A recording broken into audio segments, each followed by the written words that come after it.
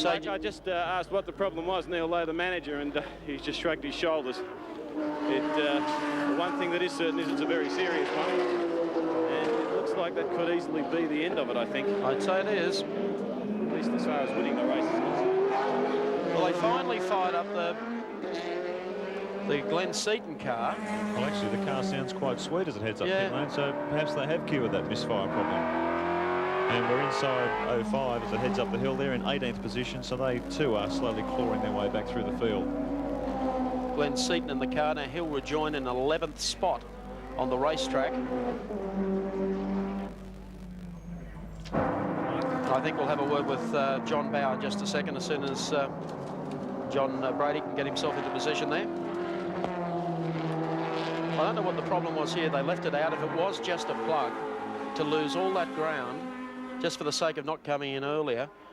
But quite obviously, Barry Seaton might be able to fill us in on that, what the problem was. I don't know how they frown about pushing the car backwards down pit lane. We'll no doubt hear about something like that in about half an hour's time, but that's the tradition of this race. You can turn up here with a $200,000 or $300,000 race car, and a $1 or $2 part can let you down. Anyway, the Seaton car...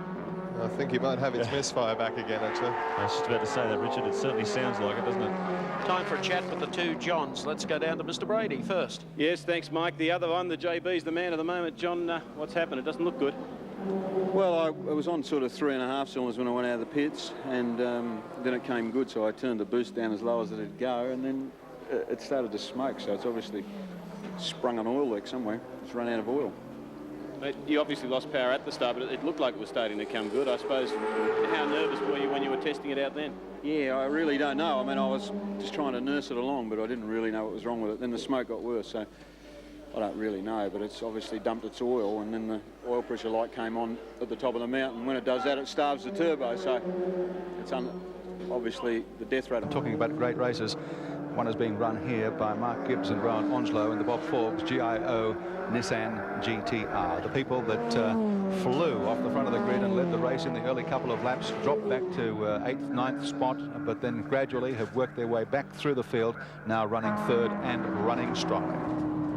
Mark Gibbs, former live wire in production car racing, and you can see the production car results that he's had there. A real hard charger, very aggressive driver, but he's tempered that in recent years, probably under the tutelage of Bob Forbes, and has really turned into an excellent man to have behind the wheel in this category of racing. 34 years of age, comes from Sydney, and really knows what it's all about. Winner of the Sandown 500 just a couple of weeks back, and what a boost that would have been coming into a race like the Tooheys 1000.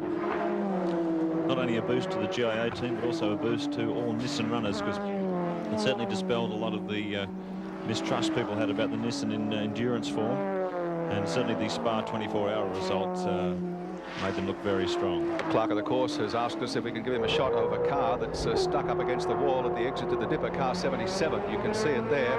I think they want to have a look at it from this angle to make a determination whether or not it is safely there, or whether or not they'll have to bring out the yellow flags and maybe a pace car. 77, Forshaw and Vorst doing well in the 1600cc category until this mishap occurred. Didn't spot exactly what it was. Doesn't look to be any major damage, at least not on this side of the car. Can't tell on the other side, of course. A pace car would certainly make a critical difference to this race. Bryce has dropped a lap on Richards now. Now, there's only one pace car in operation this year, so he would effectively be able to pick up almost a lap on the lead car, and that would certainly bunch everything up again. Well, the experienced eye of Tim Schenken has certainly taken in all of this from our 7 chopper, and I guess he'll make a decision in that regard very, very shortly. Back on track with the Synovus entry, Alan Moffat, car 10. This is the car with Gianfranco Brancatelli at the wheel at the moment, car that he's sharing with Charlie O'Brien and running in 4th place and catching the GIO Nissan at the present time. So a battle looming here for 3rd position. Word is from the pits that Tony Longhurst is due to pit very soon. Alan Jones will get into the car. Also, another interesting tidbit of information, the fastest lap of the race has been posted on lap 120 by Drew Price in the number 2 Nissan. That dominance for you. Now listen to this, 2 minutes 15.14 seconds, and that is flying. He's got a lot of ground to make up. Well, he's got nothing to lose. There's the Moffat car in the pits. Driver change here, Steve Millen getting out of the car and Gary Brabham getting back in. Moffat crew well drilled. Brabham gets in for his stint, and they're changing front pads, having a look under the engine to make sure everything's okay there. This little turbo Ford has run without problems all day. And there's his teammate, Gianfranco Brancatelli, the Italian import.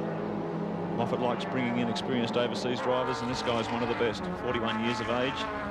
The little Italian has quite a record behind him, particularly in endurance racing. Was the 1985 European touring car champion. And he's driven just about every make of touring car you can imagine, I think, over the years. Also drove in the World Sports Car Championship for Nissan. And the most notable thing he did there, he won't thank me for telling you this, but was at Le Mans, where, while in the lead of the race, he collided with Aguri Suzuki, who was in a Toyota at the time, and put the lead Nissan out. He's certainly got a reputation as a wild man, but he's also very quick, and that's what people want. Heading up Mountain Straight Well, towards BP, I saw that. Engine gone in 9. we're only just saying, it's amazing. That was not a Channel 7 voodoo, but we're just saying how well the Millen Brabham car was going. One of the Moffat Sierras, and here it is limping up the mountain with smoke belching from the exhaust. Coming down the Conrad Straight the last time before I came in the pits, it just got really soft and I could smell some oil and so on, which is an indication that the turbochargers failed. Yep. Well, it's desperately bad luck for you guys. You've put on a great act so far this week with both cars. First time at Bathurst. Yeah. What are your reflections on the race? It's a fantastic event. I'm really impressed with the facility and the professionalism, the organisation of the place, and the preparation of the cars. Alan Moffat's given us a really good car, but it's just really great to be here. It's a race I've always wanted to do, and I hope I can come back. After a lengthy deliberation, they've allowed Neil to drive back to the bottom of the circuit. I don't think Neil can hear us at this stage, and he's certainly busy there waving the cars past and trying to stay off the racing line, which is the right thing to do. And it's been a pretty sad day for Cromley and Brad Jones. They certainly had high hopes for this race, and another sad day for this car, the Synovus Sierra of Alan Moffat. The stablemate, the 10 car with Brancatelli at the wheel, still out on the track in 4th place, only 16 seconds behind the 3rd place getter, the GIO entry with Mark Gibbs. Well, that's the way it is. Jim Richards continues to lead. Alan Grice 2nd, Mark Gibbs in 3rd place in the great race. Pit stop there for the number 25 Longhurst car. Pitted while running in 5th spot and has rejoined in the same, so he has not dropped through that pit stop. Quick driver change there, effected with the usual efficiency by the Longhurst crew, and they're coming up on another of the M3s, the Cotter Dulman car, class winners here, in fact, in this category 2 years ago. Yep. And running very strongly, 3rd in the class this year, behind the 2 Longhurst entries. Alan Jones up the hill in the little M3, Evolution 2, and what a fabulous little car it is. 4-cylinder, 2.5 litre twin cam fuel injected, 5-speed gearbox, massive brakes for its size, 10-inch wide tyres, which is the same as Sierra, but it's got a lot less power, 350 brake horsepower for 960 kilos. A dynamic little package, and an excellent power to weight ratio too of 3.3 kilograms per kilowatt. Very hard lugging this car up the hill, as opposed to the big 500 and 600 horsepower cars, but it's quick and consistent, and that was a little bit of bad luck when they got that flat tyre, because up till then they've been looking very strong. Take it away, John Harvey. It's looking pretty good. A very, very quick stop. And off goes West, the final stop of the race. There was no problems at all with that, Mike. 23 seconds. That's a pretty quick pit stop. They've been spot on with their stops today. Percy rejoins, still in 2nd spot. Lap number 140 of 161. The Glen Seaton Sierra was running 8th in the pits. Engine has been off song since Glenn took over the car from Greg Hansford. They're trying to do some running repairs on the car. And climbing into the car is Glenn's father, Barry. The look of disappointment showing on Glenn's face. Barry Seaton's seen some changes at Bathurst over the years. Won the race back in '65 in an old Cortina. and is quite staggered at the level of professionalism in touring car racing at the moment. And father and son have shared a car before, but not in this manner. John Harvey's on the spot. Doesn't look too good, John. Yeah, no, it doesn't, Gary. As a matter of fact, I think they're unsure what's the matter with it. They've checked all of the leads, all of the electrical connections, and then they've stopped and had a discussion. Now they've turned the engine off, and I think it's obviously going to be a very lengthy stop. Let's go down to the pits and see what's happening. Yeah, it's fairly disappointing. It just keeps missing as soon as you put the throttle down, and it's just losing so much time, and you just can't drive it, really. So I really thought we were going to do well today, but I suppose I've got to wait till next year. Word from the pits was that car 2 suffered a drive shaft failure.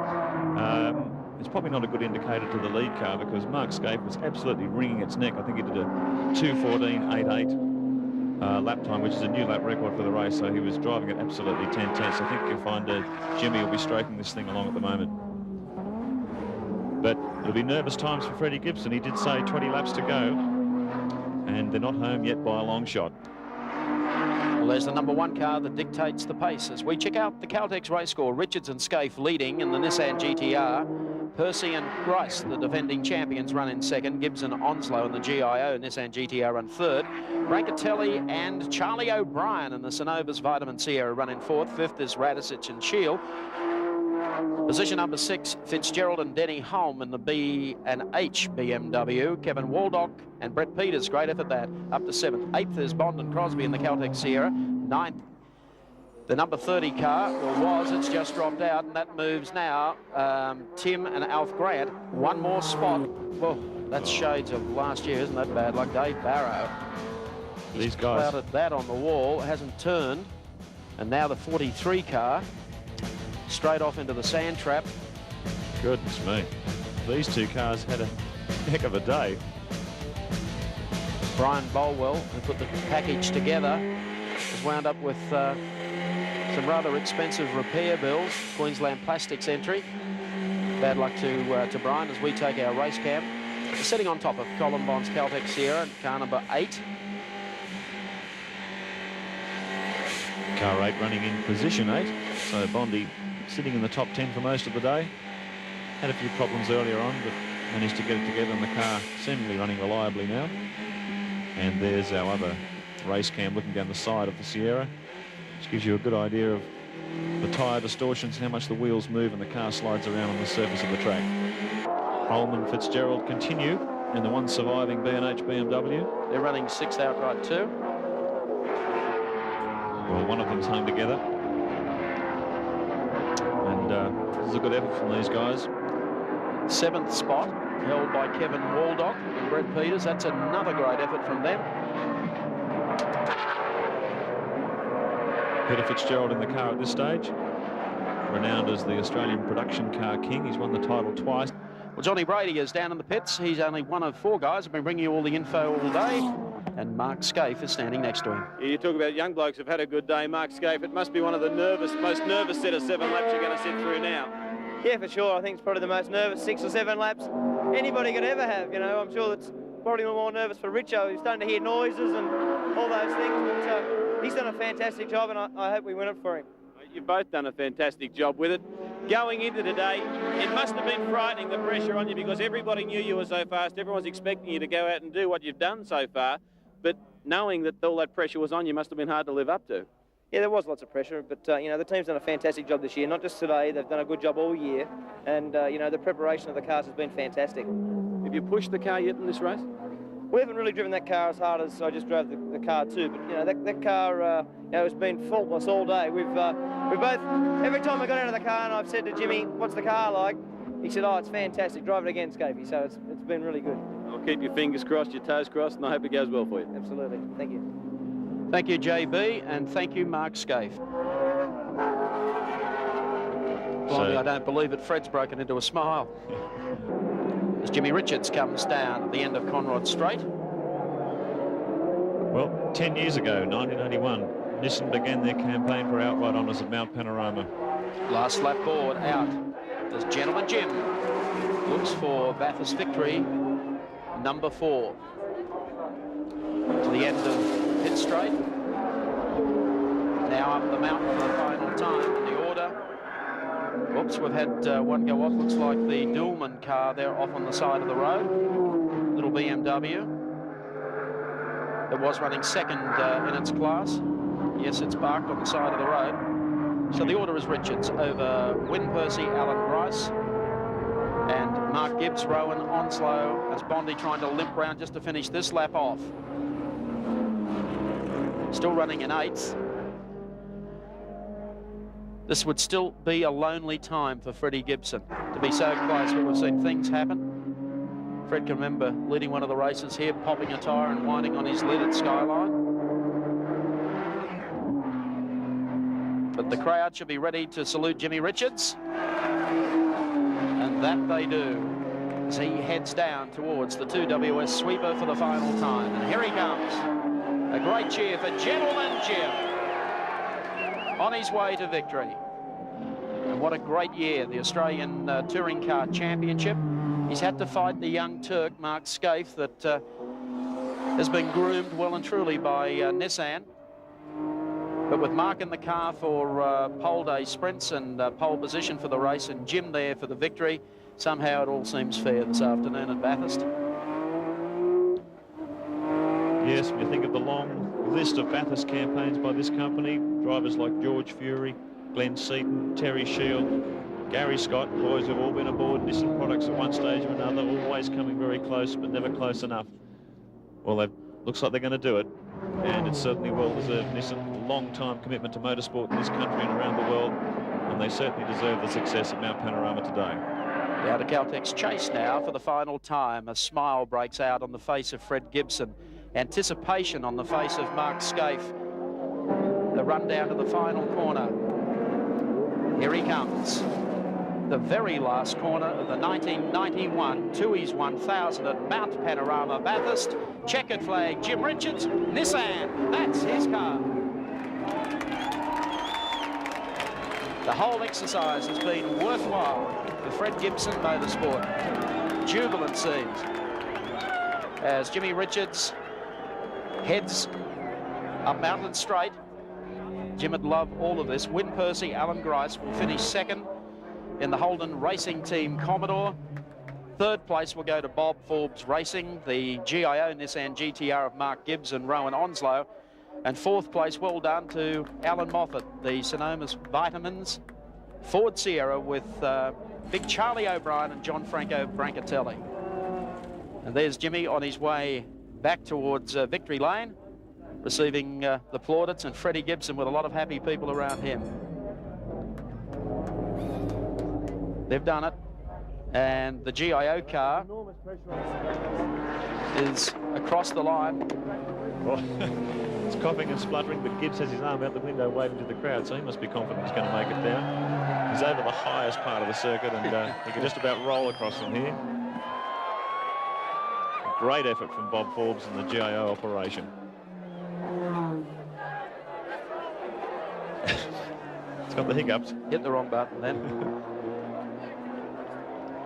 Well, one guy who should be delighted, Freddie Gibson, been under a lot of pressure this year, and with him, Cameron Williams. Cam? Fred Gibson, congratulations. Thanks, Cameron. Thanks very much. It's been a long time here.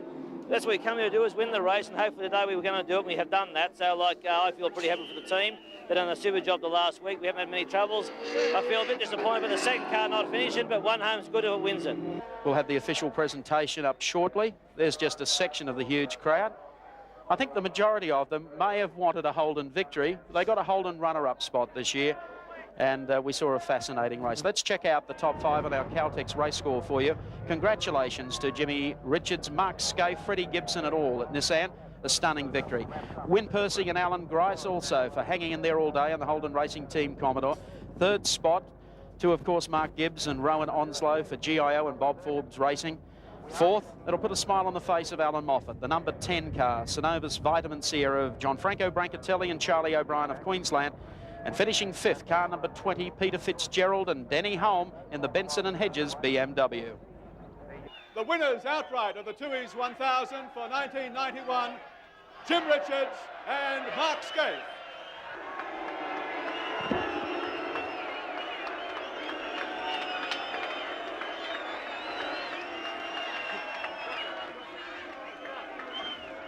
Jim, a three-time winner previously. You've been doing a great job for Nissan in the Touring Car Championship, and it must be fantastic to carry off today's victory. Yes, it is. It's all credit to Fred Gibson and Nissan and Mark here. Thanks, top drive. Thank you, Yokohama, Nissan, and everybody else. And Mark, you've driven both of the cars today, and you've shattered the touring car lap record here with a 2:14.5 in the number 2 car, and you've taken victory in the number 1 car. It's been a great day, plus pole position. It's been a fantastic weekend. Thank you to all the team, especially to Freddie Gibson and the rest of the guys. They've done a great job all year, and well done, Richard. It's a fantastic drive for the day. I'd like to thank all our supporters that have come here this weekend also. Ladies and gentlemen, the Managing Director of TUI's, Mr. Michael Westling. To win the TUI's 1000, you certainly need more to be just a first-class driver. You need lots of heart, lots of stamina. They certainly put it all together today. It's been a great win. TUI's is putting it together too. We're also a winning team, putting it together for Bathurst and for New South Wales. We congratulate Jim Richards and Mark Skaife on a great race, and we look forward to seeing them again next year, the next TUI's 1000. And we hope that they can feel like a TUI's or two with their mates this afternoon. Congratulations. Mark.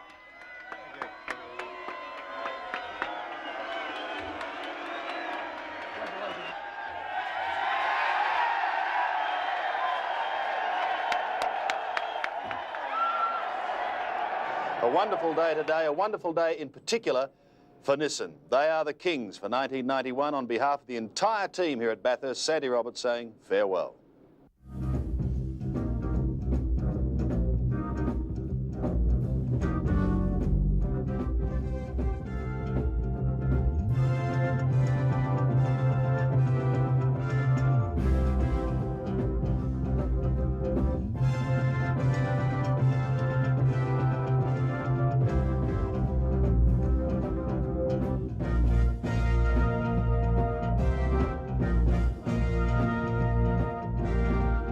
This has been another 7 Sport production, the network of the 1992 Barcelona Olympics.